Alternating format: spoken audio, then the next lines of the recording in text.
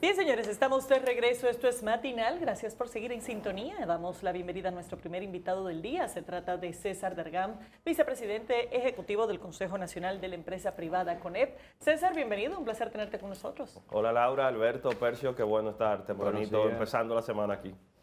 Bueno, y qué bueno que arrancas la semana con nosotros, porque esta semana también arranca aparentemente en el Congreso Nacional lo que parecerían ser los primeros pasos a algún intento de juicio político en contra de los miembros de la Cámara de Cuentas. Y dada la importancia de este órgano, es importante que conozcamos qué opinión o qué posición fijará el CONEP con relación a este tema.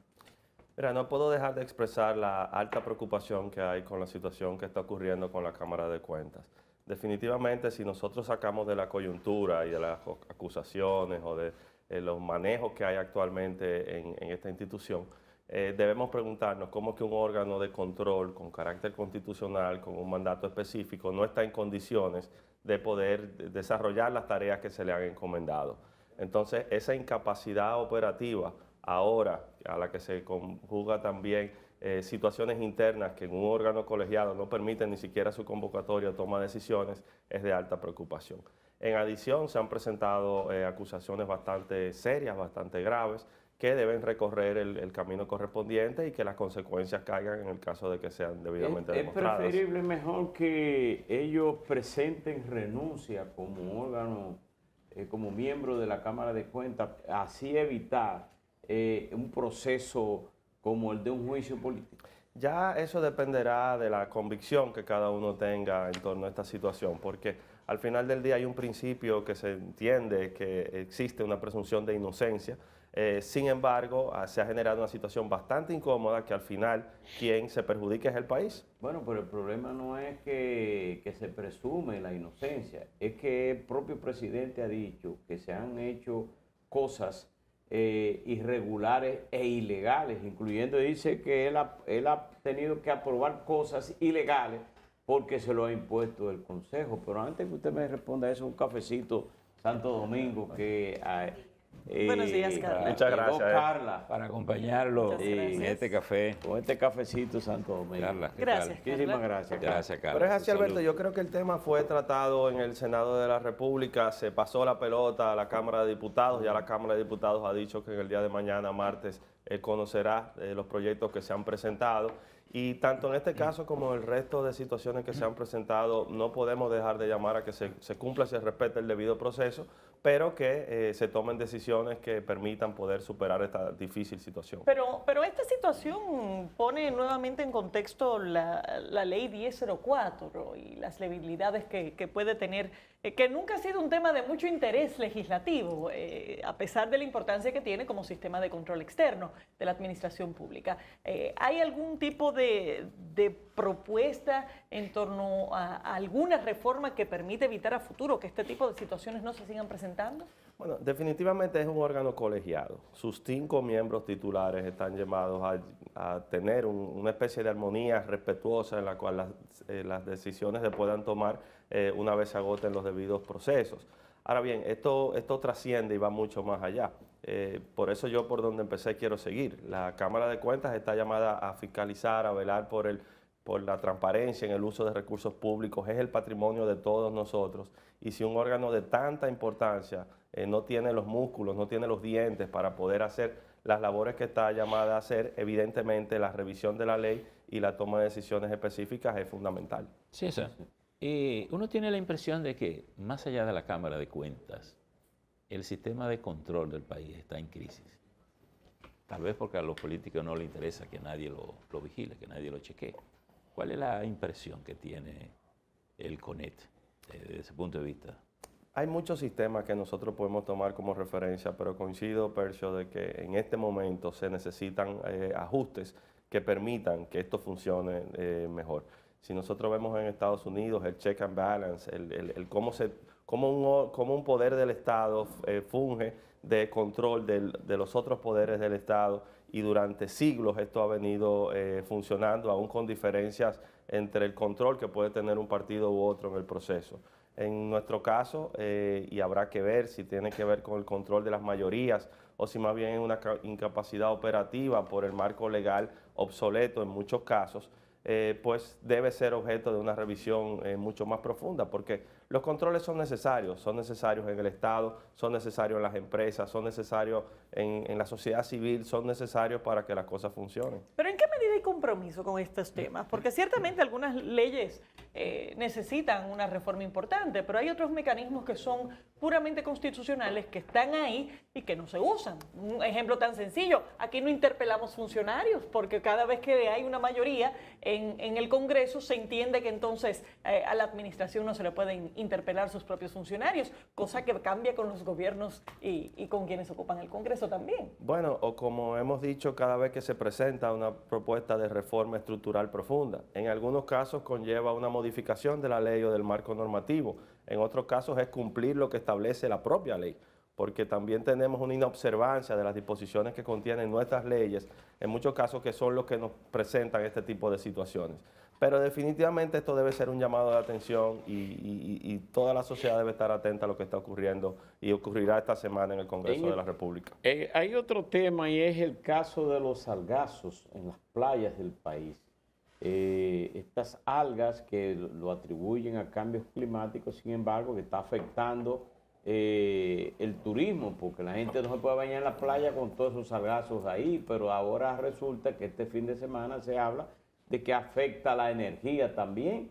En el CONET, ¿hay alguna empresa, tienen alguna sugerencia al gobierno de cómo enfrentar esto? El presidente recientemente habló de $1 millón para que las universidades hagan estudios de cómo controlar o cómo resolver esto. ¿Usted tiene alguna idea?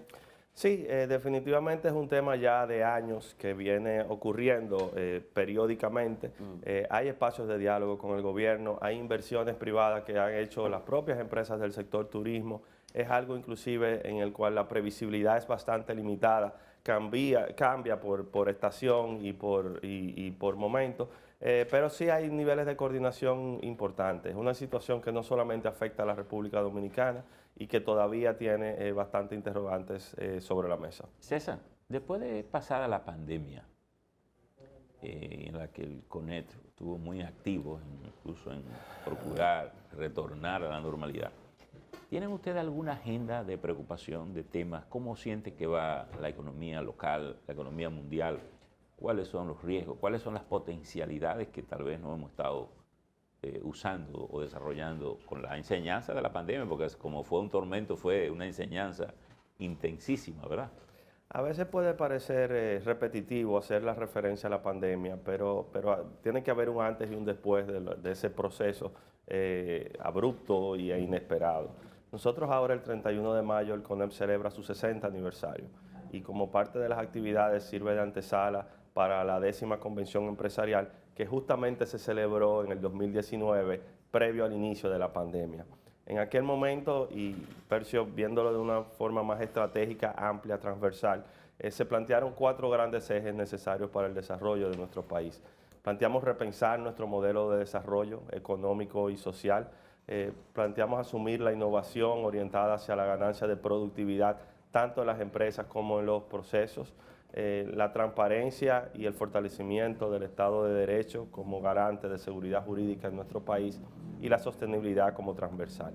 Cada uno de esos ejes precisamente ahora inicia el proceso de evaluación de que esas propuestas que se hicieron hace 4 años, cuál es el estado actual y qué proponemos para el mediano plazo, y esto antecede también el periodo de campaña electoral. Pero en general, nuestro país ha atravesado una situación que no es propia, sino que en gran parte tiene que ver con estos flujos globales. Nosotros hemos visto una desaceleración de nuestra economía, sin embargo un desempeño que va por encima de la media de la región.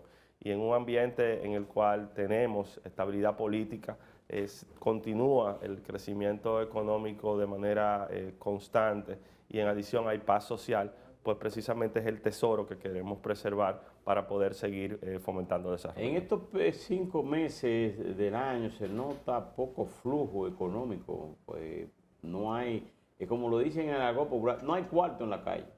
¿Qué pasa? Bueno, las proyecciones... No había cuarto en la calle, los cuartos están en los bolsillos. Sí. Las proyecciones del crecimiento económico de nuestro país este año, de nuestro Producto Interno Bruto, han sido bastante conservadoras y en la actualidad andan por el 4.2%, lo cual es un nivel inferior al crecimiento que hemos tenido en los últimos años. Sin embargo, hay varias señales que traen cierta confianza. Por una parte, la inflación, medida interanual, ya se acerca a su rango meta y sabemos el impacto que tuvo en nuestra economía el alto nivel inflacionario de los últimos meses. En adición, han habido ajustes del salario mínimo en los sectores formales de nuestra economía y esto también procura contribuir a que ese impacto se mitigue, sobre todo en los más necesitados. Y constantemente estamos viendo la forma en que podemos mantener la economía activa con la participación y el aporte de cada uno de los sectores. ¿Les preocupa el nivel de inflación que seguimos manteniendo?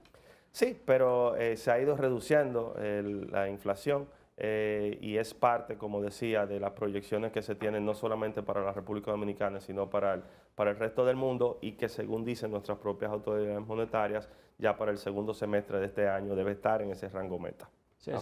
César, ahí mirando los 4 pilares que mencionaba de la conferencia del 19 y que piensan revisarla ahora, siendo este un año preelectoral, ¿sienten ustedes que las opciones políticas tienen en su boca estos temas? ¿Se están planteando estos temas?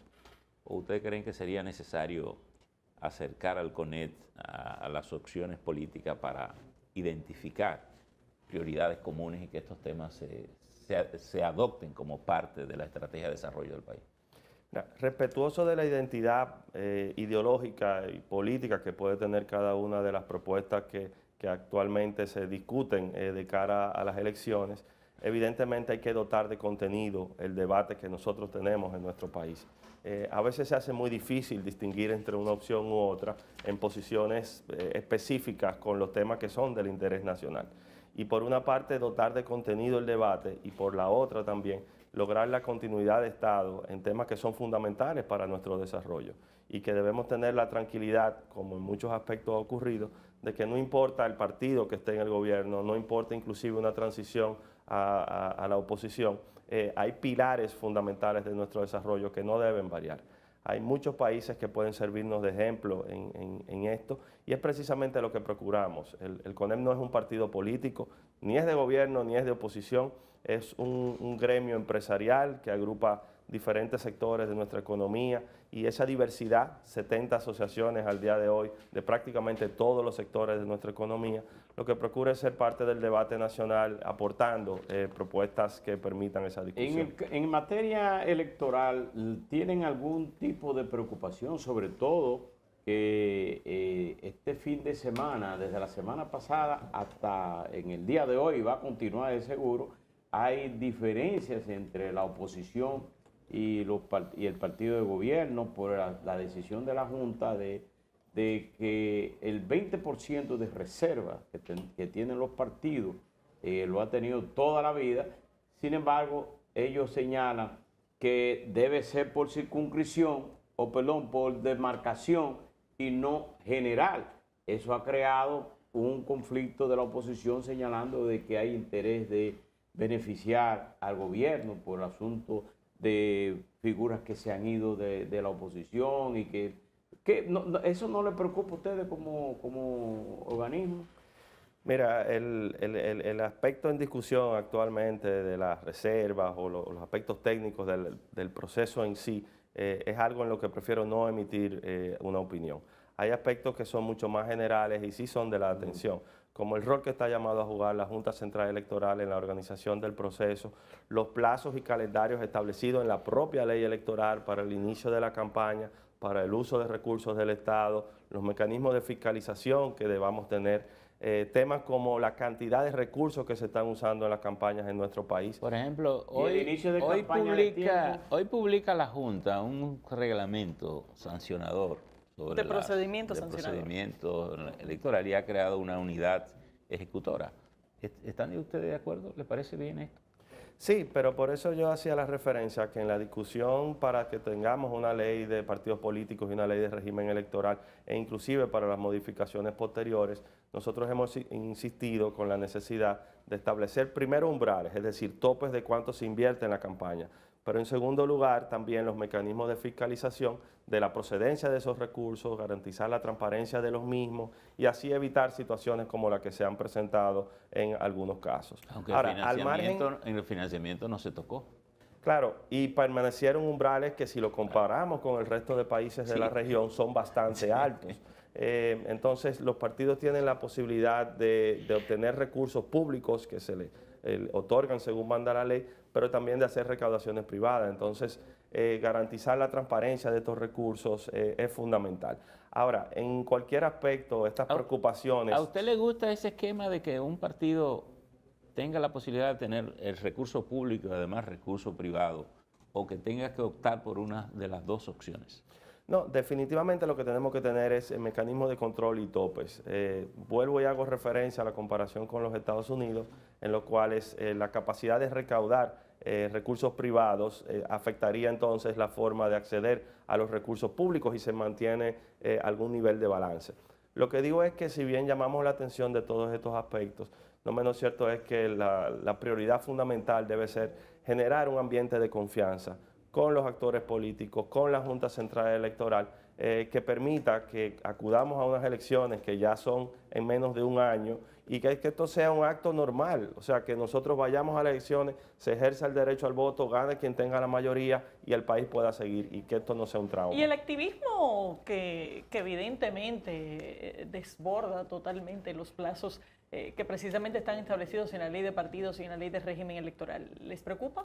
Sí, por la capacidad que debe tener y cómo la Junta Central Electoral debe utilizar los músculos que tiene precisamente para establecer los controles y el orden cumpliendo con esos calendarios. Pero ellos parecerían haber tirado la toalla en este contexto. ¿Tienen músculos para actuar más de lo que han estado actuando hasta el momento? Bueno, y Laura, y yo he escuchado de hecho en algunos casos los partidos políticos justificar este activismo de diferentes formas, en que si se está promoviendo o no candidaturas, en que si ya se escogieron los candidatos o son los potenciales candidatos que se presenten, en que son actos en lugares cerrados, pero definitivamente ya el país está en campaña y estas campañas tan extendidas, los recursos que conllevan, el ánimo que se genera, es cierto que es parte de nuestra cultura, pero debemos avanzar a tener controles más específicos. En materia de aumento salarial que se hizo ahora para aquellos que ganan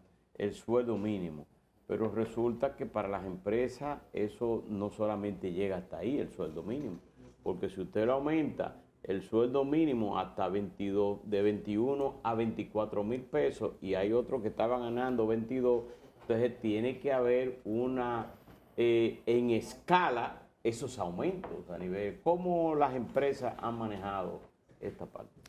Yo creo que en primer lugar debo reconocer que si se ha creado un ambiente para que sean decisiones tomadas por consenso en el tripartismo, no menos cierto es que ha habido un sacrificio por parte de las empresas, no solamente en este ajuste del año 2023, sino recordemos que hace apenas 2 años, en el año 2021, también hubo un ajuste significativo. Salarial, sí.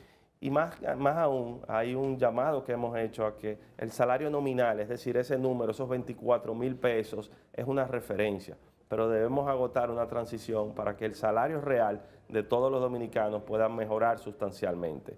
Recordemos que cada ajuste en el salario también conlleva una acumulación en el pasivo y otras contribuciones que hace el empleador. Sin embargo, lo que se ha puesto ahora mismo en la mesa es precisamente cómo mantener ese equilibrio, esa paz. Sí, pero el presidente habló, y a propósito del Día del Trabajo, de un pacto salarial, en adición a estos aumentos que han sido decididos por el Comité Nacional de Salarios y uno de los cuales queda pendiente para aplicación del año que viene. Entonces, ¿de qué pacto es que estamos hablando? ¿Qué tipo de manifestación práctica va a tener esa discusión? Mira, según establece el Código de Trabajo vigente y la normativa complementaria, los ajustes de salario mínimo por sector se hacen a partir del año de que se fijan los mismos y antes de los 2 años. Entonces, por el momento, siendo esa la normativa vigente, nosotros hemos ido cumpliendo con ese calendario. Hay otras propuestas que se han hecho y no es la primera vez que el presidente hace el planteamiento.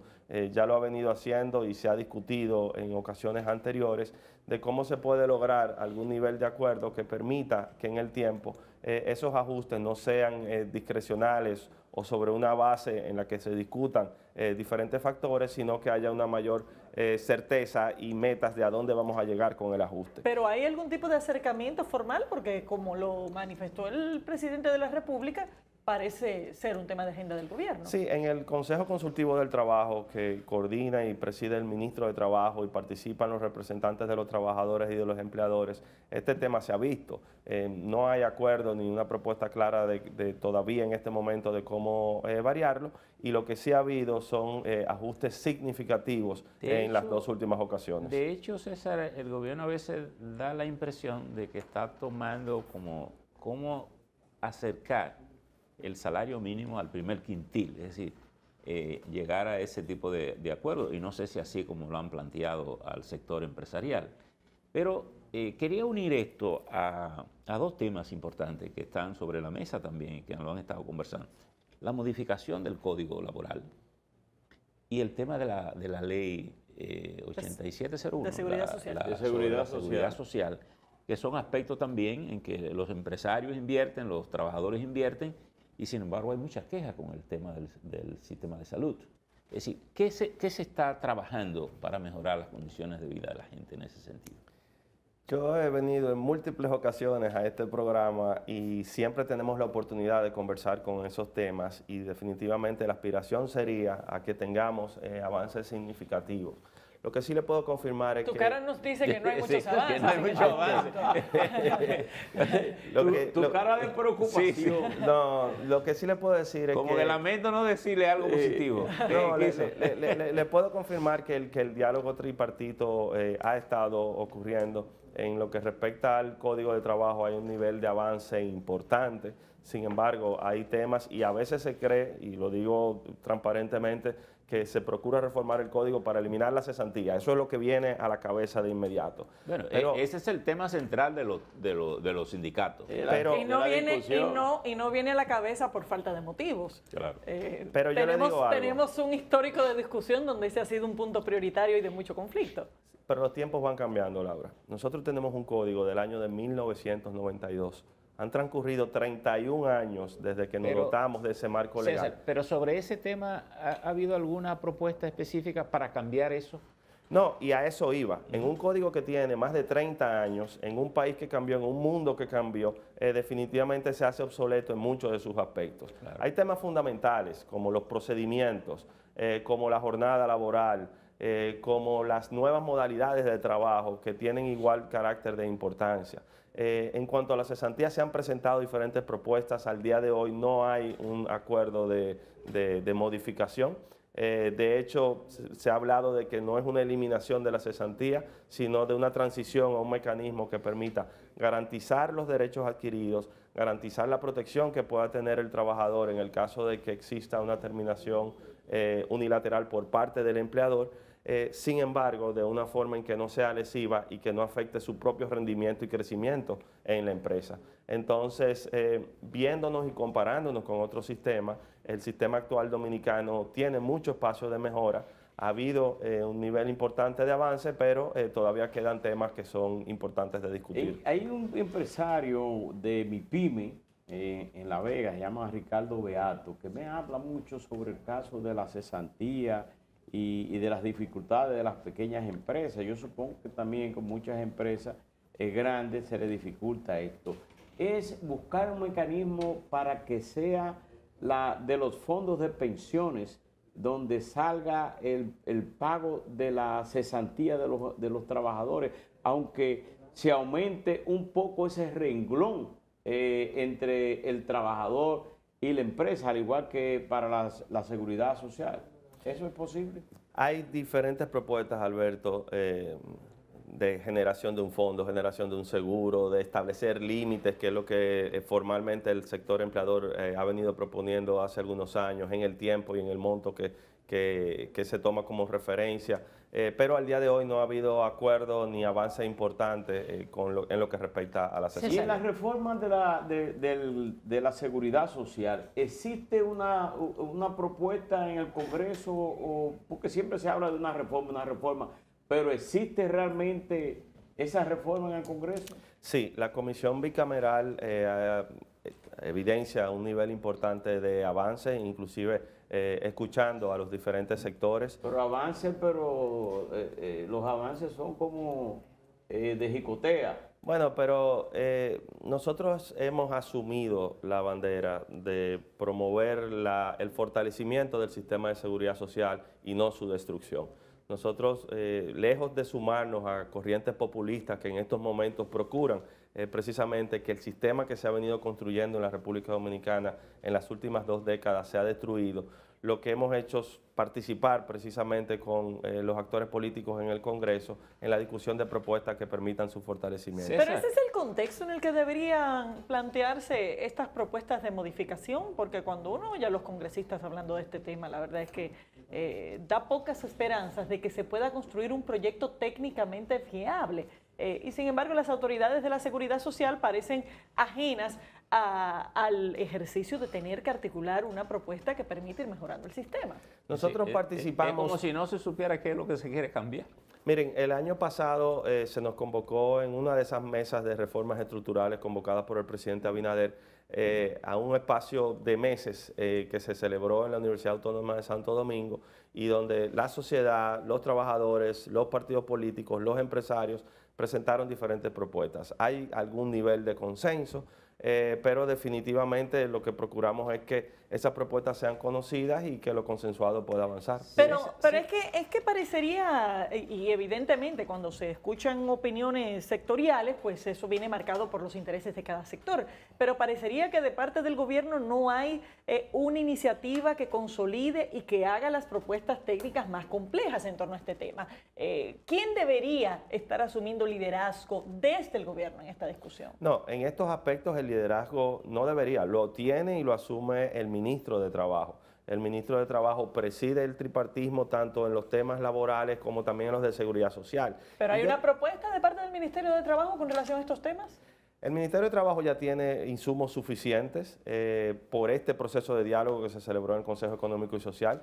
Entiendo de que continúa acercando posiciones y continúa haciendo las consultas correspondientes. Eso suena todo muy lindo, César, pero No, la conclusión Laura, es que no hay propuesta. Es que es así. Nosotros no podemos pretender que de la noche a la mañana, y veámonos en el espejo de otros países, una reforma profunda que permita fortalecer el sistema de seguridad social, más y mejores pensiones, mayor alcance de salud, ocurra. Entonces, no es un proceso sencillo, pero hay elementos e insumos suficientes. César, una cosa final y breve, porque es importante esto. ¿Cuál es la posición del sector oficial frente al tema de la cesantía? Porque hay un pasivo laboral que el Estado, el sistema fiscal, no reconoce hasta que no se ejecuta. Lo que no permite a las empresas hacer reserva, por ejemplo, de ese tipo de cesantía. ¿Cuál es la visión que tiene el gobierno con respecto al Estado como...? Cuando hablamos de ajuste de salario mínimo, muchas veces dejamos de lado de que por cada peso que se ajusta de salario podría llegar hasta 64 centavos adicionales, lo que asume dentro de ese pasivo laboral, incluyendo las contribuciones y reservas, el sector empleador. Entonces, eso que has planteado, por ejemplo, de la reserva, porque lo que se dice es que es algo eventual, que ocurre en el caso de que el contrato termine de manera unilateral por parte del empleador. Entonces, son de los temas que se han presentado sobre la mesa y definitivamente son los que nos restan competitividad en muchos aspectos, porque inclusive para el propio tema de ajuste salarial o la situación engorrosa en que se ven muchas micro, pequeñas y medianas empresas precisamente por demandas que tienen que ver con cesantía y las sacan completamente de operación, es algo que tiene que tenerse en cuenta. Muchas gracias, César. Muchas gracias. Siempre muy grato. Señores, despedimos a César Dargan, vicepresidente ejecutivo del CONEP. Gracias, César, por habernos acompañado. Ojalá que cuando vuelvas tengamos noticias de mayores avances en estos temas. Vamos a una pausa, señores. Ya volvemos.